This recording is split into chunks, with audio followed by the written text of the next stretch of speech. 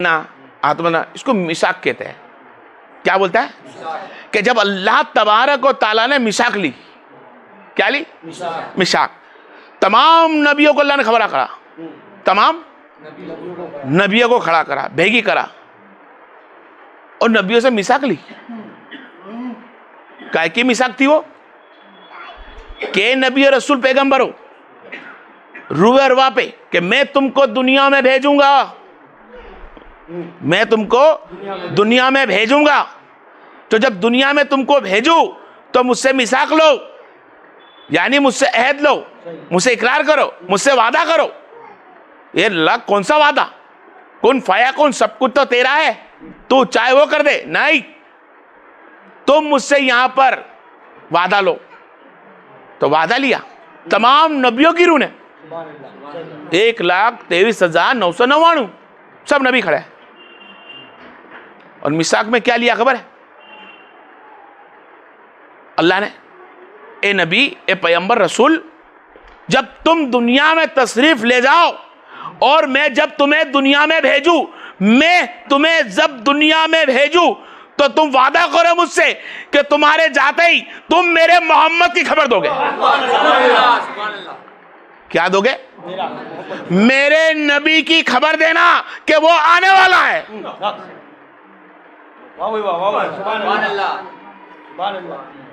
अल्लाह ने सबसे अहद ली, नबियों से अहद ली, मेरे नबी के आने की खबर तुम दुनिया में देना, चाहे वो आदम बनकर आए हो या मूसा, ईसा, लूत, सुबैद, याकूब, इब्राहिम, जो भी नबी आया, सबको जो किताब दी जाए,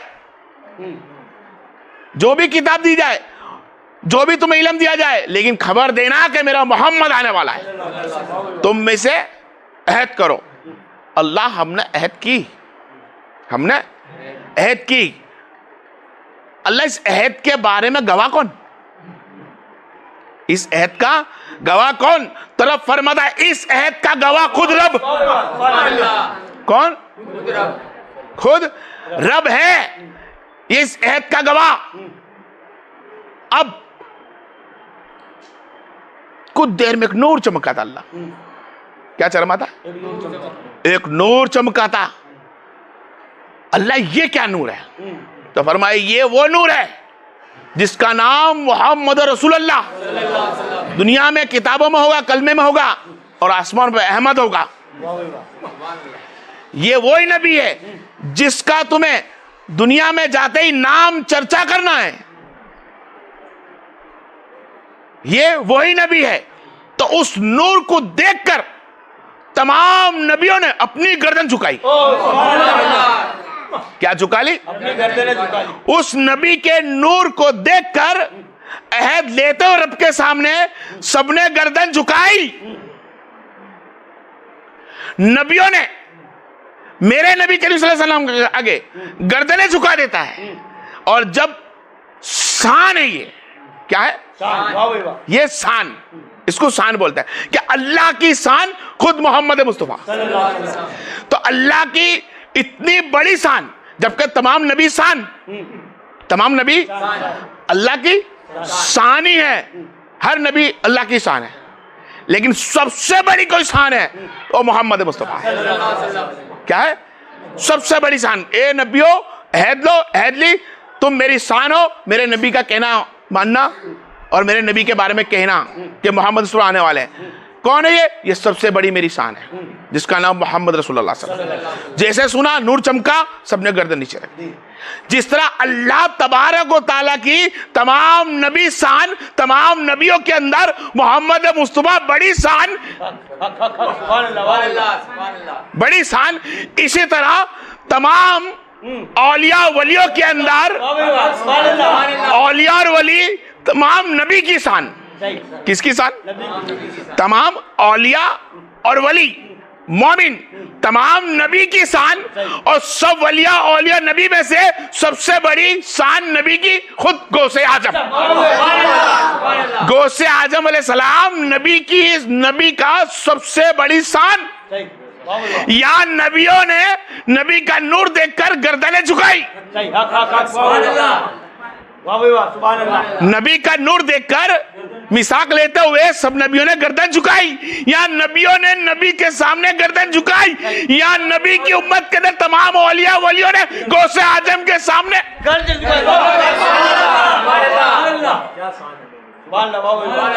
गौसे आजम के गर्दन झुके। आई क्या कि अल्लाह तबारक व तआला ने खूब नवाजा।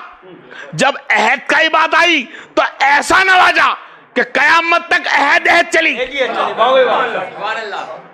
वहां नबियों की शान के अंदर बुलंद कर दिया कि अल्लाह मेरी शान, अल्लाह की शान 1,06,999। कितनी शान? 1,23,999। अल्लाह की शान, सबसे बड़ी शान मोहम्मद मुस्तफा। अल्लाह ने कसरत के साथ इन्ना आतैना के साथ दिया, तो कैसा दिया गर्दन झुकाने का? देख मेरे सामने गिनती के झुकाने वाले हैं, ये गौस आजम तेरे बेगिनत गौस आजम के आगे सरकार ने सबकी गर्दन झुक गई। गर्दन की बात आए तो सिर्फ दुनिया में आने का, पैदा होने के बाद ही नहीं ना, 313 कमोबेश 333 कमोबेश रूए अरवा पे रूए अरवा पे गौसे आजम अलैहिस्सलाम की शान जब पता चला तो वहां पे जो औलिया पैदा होने वाले थे सबने वहीं पे गर्दन झुका दी। और ये बयान जब कानों में सुना सरकार गरीब नवाज ने, यही बयान जो आपके सामने कर रहा हूं, ये गौसा गरीब नवाज ने जब बयान सुना तो गार में बैठ के जिक्र कर रहे थे। आपने ख्याल करा ये बयान सुनते ही, ये हदीसा पढ़ते ही, ये कानून पढ़ते ही तो फरमाया सरकार गौसा आजम सब रूहों की गर्दन पे पैर, तमाम औलिया इकराम की गर्दनों पे पैर, लेकिन मेरे तो सर पे पैर। किसने फरमा दिया? गौसे आजम अलैहिस्सलाम। भाई कितना बड़ा दर्जा गौसे आजम का, बहुत बड़ा दर्जा गौसे आजम। लेकिन हमने गौसे आजम का किस चीज में रखा है? सिर्फ 2 रुपए की नियाज, 1000 रुपए की नियाज में, सिर्फ नियाजों के अंदर। और 11वीं शरीफ के अंदर चांद की 11वीं तारीख आई, उसको भी शरीफ लगा के बोला हमने, 11वीं चालू। जबकि सैयदना गौसे आजम अलैहिस्सलाम एक ऐसी दुनिया में हस्ती आई, ऐसी हस्ती आई कि जिस जमाने में तंतारियों का जमाना, खून खराबी होता था, इस्लाम के नाम को नाम से मिटाना चाहते थे, नबी के नाम के सुन्नियों को सुन्नत से मिटाना चाहते थे, औलाद रसूल की तमाम तरीकों को तोड़ना चाहते थे, उस दौर के अंदर सैयदना गौसे आजम अलैहिस्सलाम खड़े थे। उस दौर में गौसे आजम खड़े थे। सरकार के 300 साल के बाद आया। आज आपको 12वीं सदी चालू हुआ है। आज की पोर्शन में गौसे आजम अलैहिस्सलाम के बारे में देखे कि जिस तरह अल्लाह ने मिसाक ली नबियों से कि तुम मेरी खबर देना, सब नबियों ने खबर दी कि आने वाले अहमद, आने वाले मोहम्मद, आने वाले अहमद, आने वाले मोहम्मद। जब नबी करीम सल्लल्लाहु अलैहि वसल्लम दुनिया में आ गए, आने के बाद नबी ने फरमाया लोगों इकरा बिस्मि रब्बिका, इल्म हासिल करो, इल्म हासिल करो। इल्म हासिल करा, इल्म हासिल करने बाद नबी ने अहद ली। क्या ली? नबी ने यदुल्लाह फौका अलैहिम, अल्लाह के रसूल ने जब अहद ली, उस वक्त क्या अहद थी? वहां पर अहद थी आसमानों पे नबी की खबर पहुंचाने की। और यहां पे नबी करीम सल्लल्लाहु अलैहि वसल्लम 70 कमोबे सहाबा के साथ अहद लेते हैं, कमोबे 70 और अनगिनत लिया, अहद ली। तो अहद के अंदर कलमा सब पढ़ लेते, ला इलाहा इल्लल्लाह मुहम्मद रसूलुल्लाह। और अहद 2 तरह की, 3 तरह की होती है। एक अहद उसको बोलते हैं जो दिल से सबने तस्दीकुम बिल कल्बे, दिल से पढ़ लिया, अहद हो गई। किसी ने हाथ लहरा के बोला और किसी ने हाथ पकड़ के बोला, किसी ने हाथ में दे के बोला, किसी ने लहरा के बोल दिया मैं कबूल है, और किसी ने मन में ही रख लिया, दिल में रख के ही अहद हो गई। तो जब नबी करीम सल्लल्लाहु अलैहि वसल्लम ने कमोबेश आपने अहद ली, उस वक्त 2 तरह की थी। क्या थी? 2 तरह की। यदुल्लाह, अहद ली, सबसे अहद लेते गए, औरतों से कौन सी हद ली पता है? अलग ली कि तुम अपना हिजाब नहीं छोड़ोगी, अपनी रिदा, आप अपना हिजाब नहीं छोड़ेगी और आज के बाद बेनिका किसी आदमी के साथ रहना हराम, और हिजाब में डाल दिया। आगे बात समझ में? तो वहां पर अहद होती है तो नबी के ऐलान की होती है, और जब यह नबी आता है तो रब के ऐलान, रब की है, क्या करी? रब की है। अहदुल, अल्लाह एक है, अशहदु अल्ला इलाहा इल्लल्लाह अशहदु अन्ना मुहम्मदन अब्दुहु व रसूलुहु, अहद होती। ऐसे अल्लाह तबारक व तआला की मोहब्बत दिलाने के लिए अहद होती है। आपको समझे? क्योंकि मैं जो आपको पीरी मुर्शिद का फैसला करने जा रहा हूं, कम समय लूंगा बहुत, अब आप लोग का बहुत कम समय लूंगा, कि जो अहद होती है वो अहद पे हकीकत के अंदर आज हम लोग नहीं है। जो अहद हुई है, जो सरकार गौसा आजम अलैहिस्सलाम ने अहद के बारे में फरमाया है, युरिदूना, जो मुरीद होने के बारे में बोला गया, आज वो जगह पे हम लोग मुकम्मल नहीं है, ना हमारे भाई लोग हमें मुकम्मल समझा रहे हैं, ना मुकम्मल सिलसिले चला रहे। वाहिद और सिलसिला चला रहे अपने आप को उजागर करने के लिए, अपने आप को बताने के लिए, अपने आप को मीडिया पे लाने के लिए, अपने आप को लोगों के दिल में डालने के लिए, जबकि अल्लाह तबारक व तआला का खुद हुक्म है, ए नबी रसूलो, मेरे नबी की शान बोलना। हमारा फर्ज क्या बनता है? दुनिया के जितने भी शेख हैं, दुनिया के जितने भी पीरो मुर्शिद बनकर बैठे हैं, जो उस्ताद बनकर बैठे हैं, हकीकत में उसने गौसे आजम का तस्वुर इतना समझ में ही नहीं आई है। तस्वुर क्या है पता नहीं है, किसे कहा जाता है, अहद किसे की जाती है। मुरीद का मतलब एक ही होता है कि जब मैं इरादा करने वाला, मुरीद बनो, इरादा करो। किस बात का इरादा? मुरीद तो बन गए, पर इरादा कैसा करा? मुरीद किस बात के बने? पीर साहब से पूछे, कैसा पूछा क्या? किसी पीर साहब को पूछे, क्या पूछा क्या? पर मुरीद को तो किस लिए मुरीद बन रही है नहीं बताएगा। क्यों? उसको तो सिर्फ वाहिद यही है कि लोग मेरा नाम ले, लोग मुझे दूर दूर से कहे कि मुझे जानता हो, मेरे पीर साहब है, ये मेरे पीर साहब, ये मेरे पीर साहब, ये मेरे पीर साहब। मुरीद भी बोलता हाँ मेरे पीर साहब। मुरीद तो बोलता है ये मेरे पीर साहब, मेरे पीर साहब, मेरे पीर साहब। मुरीद भी बोलेगा हाँ ये मेरे पीर साहब, ये मेरे मुरीद, ये मेरे मुरीद, ये मेरे मुरीद। बेले देखे, किसी को मुरीद बोलने से पहले और किसी को पीर बोलने से पहले दोनों सोचे, अहद लेने वाला भी सोचे, अहद देने वाला भी सोचे कि हकीकत में ये चीज है क्या। तो युरिदूना, अहद लेने का मतलब होता है, मुरीद बनने का मतलब इरादा है कि तेरी पिछली जिंदगी तमाम भूल जा। बिल्कुल। मुरीद का मतलब क्या होता है? इरादा करना। तो इरादा कर कि आज से मैं अहद लेता हूं शेख के पास, कि आज से पिछली जिंदगी तमाम भूल कर वाहिद रिसालत मुस्तफा की इस बारगाह में आता हूं और वही कानून अपनाऊंगा जो नबी करीम सल्लल्लाहु अलैहि वसल्लम की सुन्नत है। वाहिद सुन्नत का इरादा करे, नबी के रास्ते पर चलने का इरादा करे, वो मुरीद है। और मुरीद का दूसरा इरादा एक और है कि उसका इरादा ये हो कि मैं मुरीद इसके लिए बनता हूं कि ये मुझको रब से मिला दे,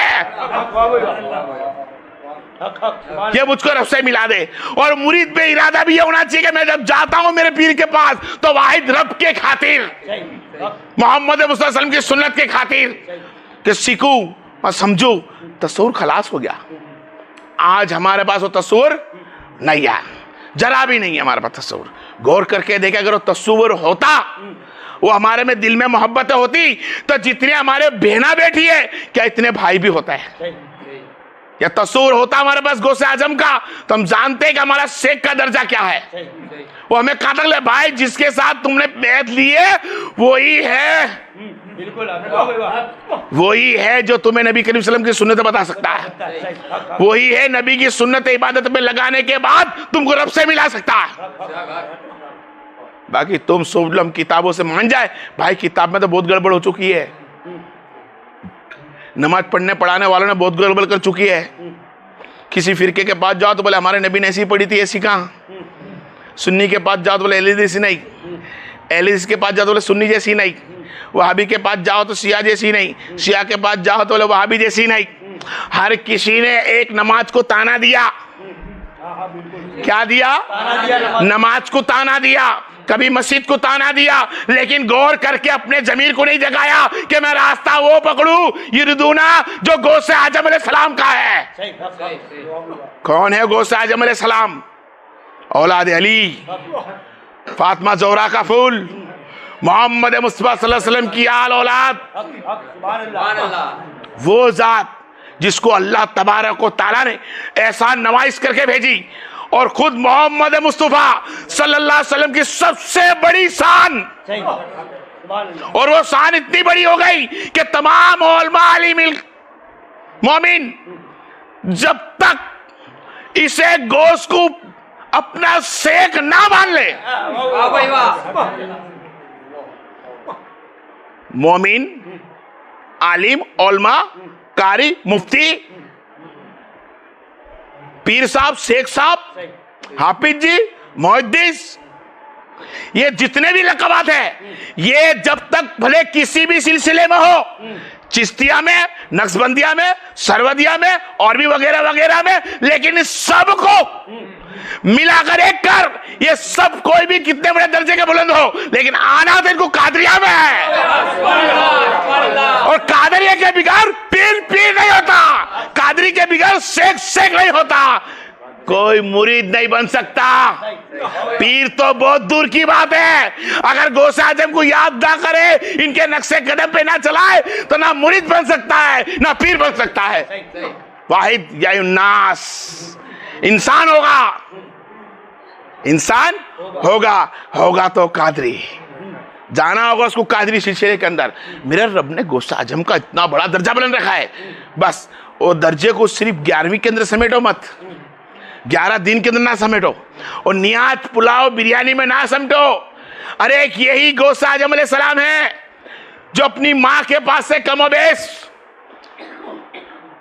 7 से 11 साल की उम्र में कमोबेश आप निकले, और अपनी माँ का पलट कर दूसरी मर्तबा चेहरा देखने नहीं मिला। 91 बरस की उम्र तक लोगों का दिल फैलाया, सिर्फ अल्लाह के रसूल की सुन्नतें बताई, कभी अली शेर खुदा की अदा बताई, तो कभी मेरी माँ बहन बेटी को फातिमा ज़ोहरा की बीर ज़ैनब की अदा बताई, कभी राबिया बसरी तो कभी हसन बसरी की बताई, कभी हसन तो कभी हुसैन की बताई,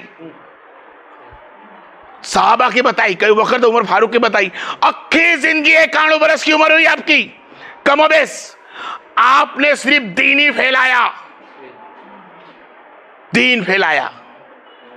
करिश्मे, जो करिश्मे हम समझते हैं, ये करिश्मे जितने भी होते हैं, जिस तरह शान में सबसे बड़ी शान नबी की गौसे आजम है, तो करिश्मे भी हदीस में यही लिखा है, जितने भी औलिया करम के करिश्मे होते हैं ना, ये सब करिश्मे मौजज़ाए रसूल गिनाते हैं,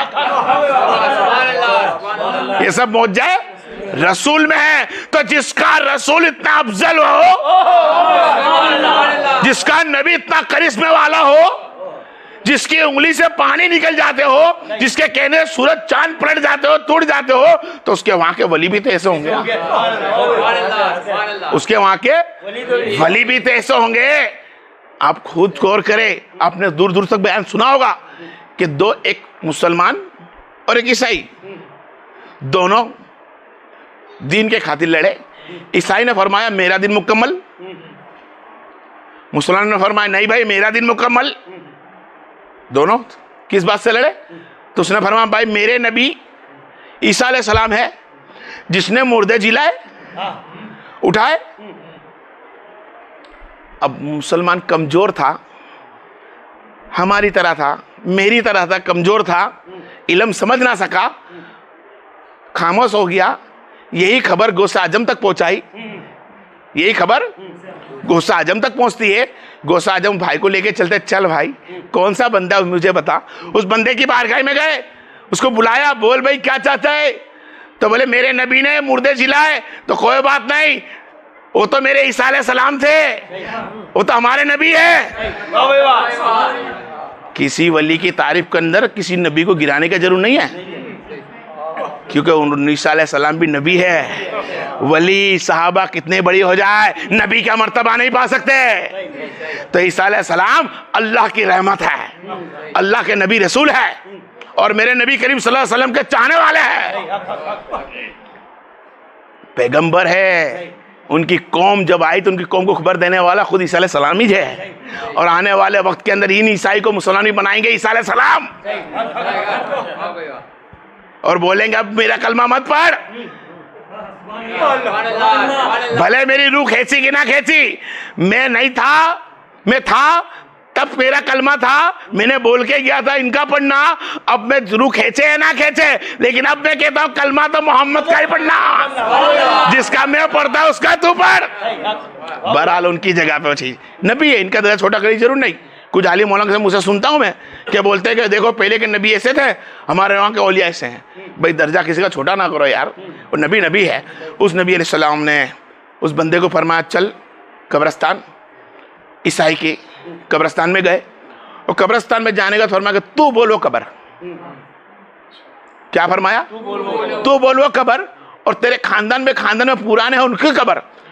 तो कहां से जानेगा भाई इतने सारे खानदानों का, तो पुरानी कब्र पे लेकर गया, पुरानी कब्र, फरमाया कि ये कब्र है। बोले ये कौन है, बोले हमारे ईसाई की कब्र है, और ये पुराना, ठीक है। गौसे आजम अलैहिस्सलाम ने रब के सामने हाथ उठाए, क्या उठाए, रब के सामने हाथ उठाए, और फरमाए रब्बे कायनात, पॉइंट करना, पॉइंट को नोट, आलिमों का ये लोग जो गलत फहमी कर रहे हैं उसको राज, या अल्लाह इस मुर्दे को उठा दे, मेरे खातिर नहीं, वाह भाई वाह। मेरे खातिर नहीं, मेरे मोहम्मद मुस्तफा के खातिर, मेरे खातिर ना उठा, मेरे मोहम्मद मुस्तफा के खातिर उठा। तू उठा दे तो भी मैं राजी हूं, और ना उठा तो भी राजी हूं। रब से हर हाल में राजी रहना, यही तो मुरीद है। मुरीद का मतलब ये होता है, बस इतना बोलना था। उसमें से एक औरत उठी, मुर्दा जो उठा, अब तक मुर्दा बोला गया, लेकिन वो मुर्दा औरत थी।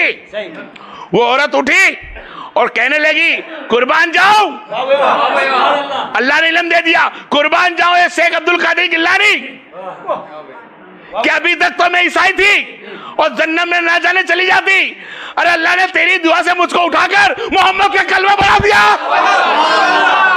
नबी के कलमे लायक बढ़ा दिया। अब बयान ऐसा थोड़ा रोकता हूं, अरे ये तो मेरा गौसे आजम था जो मेरे नबी का मुरीद है, मेरे अली का मुरीद है, मेरे हसन का मुरीद है, मेरे हुसैन का मुरीद है। तो उसके मुरीद होने पे उसको फकर था, और रब को फकर है, उसका फकर रखा, उसका फकर देखा, तो मुर्दे को उठाया, जिंदा किया, कलमा पढ़ के उम्मत मुस्तफा बनाया। अरे आज के पीर, आप गौर करें क्या बोलना चाहता हूं मैं, वाक्य सुने, मैंने पहले आपको बोल दिया। आज के पीर साहब 500 के जायदाद में टोला होगा, कितनी तादाद में, भाई उनका दिल तो जिंदा कर दे, मुर्दा बाद में जिंदा कर, उनका दिल जिंदा करके दिखा, उसके दिल के अंदर नबी की सुन्नत जगा के दिखा मेरे भाई। वाह भाई वाह, सुभान अल्लाह। मेरा भाई पीर बन के बैठा है, कभी हाशमी सिलसिला, कभी चिश्तिया सिलसिला, कभी सरवदिया सिलसिला, कभी तिमजी, कभी सैयद साहब, कभी कादरी साहब, सब साहब साहब, सब साहब, सब साहब साहब, सब साहब। कभी मुर्दे को जिंदा करने की बात दूर रही मेरे भाई, खुद अपना भी दिल जिंदा कर, और अख में शेख बनकर बैठा है तो जो तेरे आजू बाजू में बैठे मुरीद बनकर उनके दिल को जिंदा कर। और दिल को जिंदा करने का मतलब क्या है, उनके दिलों के अंदर मेरे नबी की सुन्नत डाल। अरे देखता हूं मैं उन पीरों साहब को कि दो जन उनके पास दाढ़ी वाले होते हैं, 20 मुरीद दाढ़ी चिकना मुंडा के घूमते होते हैं। अरे भाई कैसे पीर साहब आपकी खिदमत में रखे हैं, एक दहलीज के पास, एक उससे आगे, एक उससे आगे, एक कुर्सी इधर, एक कुर्सी इधर, एक के चेहरे में बराबर दाढ़ी की सुन्नत नहीं। कबीरा गुनाह। पीर साहब तुम्हारे मुरीद, मेरा गौसे आजम का नाम है। पीर तो मेरे गौसे आजम का नाम है। बस कभी नबी के नाम पे लुटा तो कभी गौस के नाम पे लुटा, कभी अहमद रजा खां के नाम पे लुटा तो कभी अली के नाम पे लुटा, कभी ख्वाजा के नाम पे लुटा, लेकिन किसी की अदा डालना हमें नहीं आई। पीर हक पे वो होता है जो माँ बहन बेटी को हिजाब मिला दे, जो भाई वो होते हैं, जो पीर वो होता है जो अपने भाइयों को सुन्नत रसूल रखा दे। जब किया जाता है कि पीर ने कोई रास्ता अपनाया, पीर का कोई रास्ता अपनाया, पीर ने अपनाया तो किसी का अपनाया, लेकिन आज के पीर वाहिद अपनी वाहवा अपनी तिजारत के लिए चला रहे, अपनी हाजत के लिए चला रहे, अपनी घर की मार्फत बनाकर चला रहे, अपने घर की सैयद बनाकर चला रहे। एक भी गौसे आजम का सिलसिला खोलकर तो देखे, उनकी किताबें खोल के देखे तो पता चलेगा हम पीर है भी कि नहीं। हम तो मुरीदी बराबर ना बन सके, पीर क्या बनेंगे? पीर क्या बनेंगे? उस मुर्दे दिल के अंदर जो नूर नाक देवे वो हक पे पीर है, जो नमाजी पढ़ सिखा देवे, गुस्ल वजू सिखा देवे, माँ बहन को हिजाब में लगा देवे, भाइयों को गलत रास्ता छोड़ा देवे, वो पीर साहब होता है। ये क्या तादाद में 500 हजारों की रखी, लेकिन मुरीद के ठिकाने नहीं। सुना था मेरे को 2-3 जने मिले भी, किसी ने फरमाया फलानी जगह हमारे पीर साहब है और उनकी खानगा के अंदर जुमेरात के बयान होता है। सुभान अल्लाह, अच्छी बात है, आप जाया करो। कितने साल हुए? बोले हमको 12 से 15 साल हो गए। अच्छा, 12 से 15 साल तक अपने पीर के पास बैठे हो? हाँ बैठे हैं। तो आपने सुन्नत रसूल क्यों ना रखी? सुन्नत रसूल क्यों ना रखी? अरे उस जगह जाके बैठ, नाम पीर का हो मत देख, नाम शेख का हो मत देख, नाम आलिम उलमाओं का मत देख। रब ने क्या फरमाया, गौसे आजम ने क्या फरमाया? उस जगह जाके बैठ जा, देखकर रब याद आ जाए। उसकी किताबें लिखी ली नहीं, उसकी इमामत करी ली नहीं, उसके मीडिया फोटो वाले नहीं, जिसके पास बैठने से रब याद आ जाए उसके पास जाके बैठ। तो बैठने वाला भी सोचे और बिठाने वाला भी सोचे, बाक़यामत दिन खड़ा करा जाएगा। हदीसों के अंदर खुलासा है कि उन आलिमों को जन्नत में पहले दिया भेजा जाएगा जो सब कुछ जानने के बाद उम्मत मुस्तफा गुमराह कर रहा है। समझो, पीर साहब, वो शेख साहब, वो आलिम साहब, वो उलमा कारी मुफ्ती साहब अपने आप को सुन्नी तो बताते हैं, नहीं मेरे भाई, घराना किसी का मत लगा, मसलक किसी का ना लगा, टुकड़ी में मत बांट, टुकड़ी में मत बांट। कभी टुकड़ी इसकी बना ली, कभी उसकी, कभी उसकी, कभी मुहद्दिस की, कभी उलमा की। नहीं रे नहीं, हम सब एक है। अहदुन वाहिद, एक सहाबा के नक्शे कदम पर चलने वाले, वाहिद अहले बैत पे जान उठाने वाले, ये हमारा काम है। और यही हुक्म दिया गया है।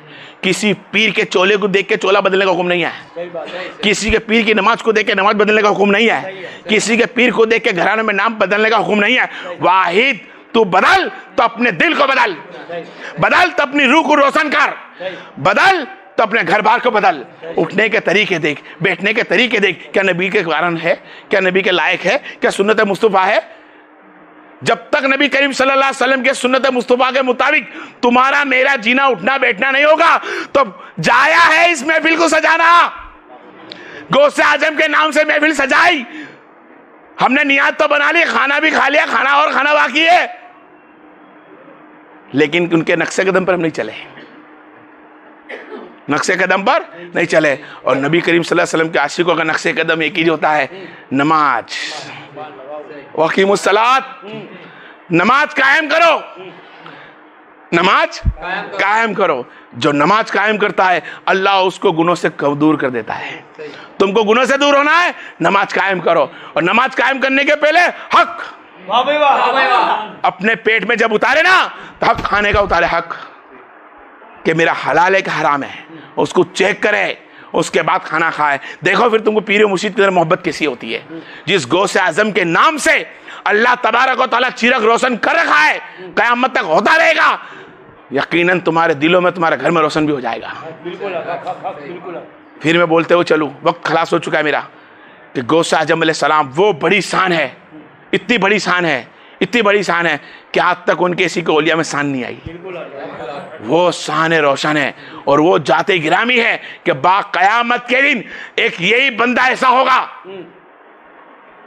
औलाद रसूल में सबके सब ऐसे हैं, बिल्कुल एक नहीं, सबके सब ऐसे हैं। लेकिन गौसे आजम की शान कुछ और है, गौसे आजम की शान कुछ और है कि आपका दर्जा इतना बुलंद होगा कि आप एक ही सी जात होगी, आप एक ही साथ कि जिस जगह पर अल्लाह तबारक व तआला इज्जत की कसम हदीसों में आया है और औलिया किराम खुद गौसे आजम की किताबों से निकला है कि मां कहेगी बेटे से, बेटा मेरी मदद कर, एक नेकी दे, नहीं देगी। बेटा कहेगा मां से, नहीं देगा। औरत आदमी से, आदमी औरत से, माँ बहन से, माँ बेटा बेटी से, एक परिवार जो दुनिया में रहने वाला, जिसके पीछे दुनिया में हम घसाते हैं, एक भी साथ देने तैयार नहीं होगा। कोई साथ कयामत के दिन नहीं देगा। तो उस वक्त कोई साथ तुम्हारे देने खड़ा है, तुम्हारी मदद में खड़ा है, तुम्हारे लिए कोई मौला बनकर खड़ा होगा, वो औलाद रसूल होगी, वो औलाद रसूल होगी। और वो जात होगी इसका नाम गौसे आजम अलैहिस्सलाम होगा कि मौला जब तक जन्नत में मैं नहीं जाऊंगा जब तक मेरी मुरीदें ना चले जाए। गौसे आजम के मुरीद बने तो देखे मुरीद बनने के लिए क्या चाहिए, कुछ नहीं चित्ती बड़ी 40-50 साल की जिंदगी होती है, उसके अंदर से हमारे 13-14 साल तो पहले से कट हो जाते हैं। उसके बाद की जो बचती है 35 की, वो उसके अंदर सीधी सीधी हमको 5 की नमाज पढ़नी है, दिल को एकदम खाली कर देना दुनिया की हाजत से, वाहिद अल्लाह उसके रसूल की मोहब्बत। ये पीरी मुर्दी का सिलसिला है। वरना पीरी मुर्दी ना करे, सिर्फ बड़े भाई हमारी बहनों को पीरी मुर्दी में बनाए भी नहीं मुरीद ऐसे, और ऐसा पीर भी हम ना चुने। वाहिद नमाज पढ़नी है, घर बैठे रहो, दुनिया में जीना है, घर बैठे रहो, नूर दिल को रोशन करना है तो ही शेख की खिदमत में जाओ, तो ही शेख के पास जाओ, तभी पीर चुनो जब तुम्हारे दिल में कोई नूर की तजल्ली की जरूर हो। समझ मारी? खैर आने वाला वक्त 16वां चांद 70वां चांद इंशाल्लाह प्रोग्राम का होगा, उसके अंदर 21वां चांद जो आता अपने हिसाब से जो बनेगा अपने करेंगे इंशाल्लाह। वक्त मेरा खला चुका है, बस अल्लाह से ये दुआ है कि तुम मुरीद बनना आए हो और मुरीद हो तो दिल पे हाथ रख कर सोचो कि तुम लोग मुरीद किसके हो। अगर अल्लाह के रसूल के लिए तुम मुरीद बन के आए हो तुम सब कामयाब हो, और अगर दुनिया के लिए तुम आए हो तो गलत जगह आ गए हो। ये काम मेरा नहीं है और मैं चाहता हूँ वो भाई भी ऐसा रखे, वो भाई भी मेरे भाई जो मुरीद पीर बनकर बैठे, शेख बनकर बैठे हैं, वो ऐसे मुरीदों को ना बनाए मुरीद जो दुनिया के लिए मुरीद बनना हो। वाहिद बने तो अल्लाह उसके रसूल के लिए बने, इरादा करे तो अल्लाह रसूल का करे, इरादा करे तो आखिरत का करे। और सही बोल दूं, सरकार गौसे आजम खुद फरमाते हैं कि मुरीद तो वो होता है, मुरीद वो बंदा होता है जिसके दिल में हर से निकल जाए वाहिद अल्लाह की मोहब्बत है। खैर आने वाले वक्त में इंशाल्लाह जो बनेगा समझाऊंगा। व आखिर दावाना अल्हम्दुलिल्लाह रब्बिल आलमीन।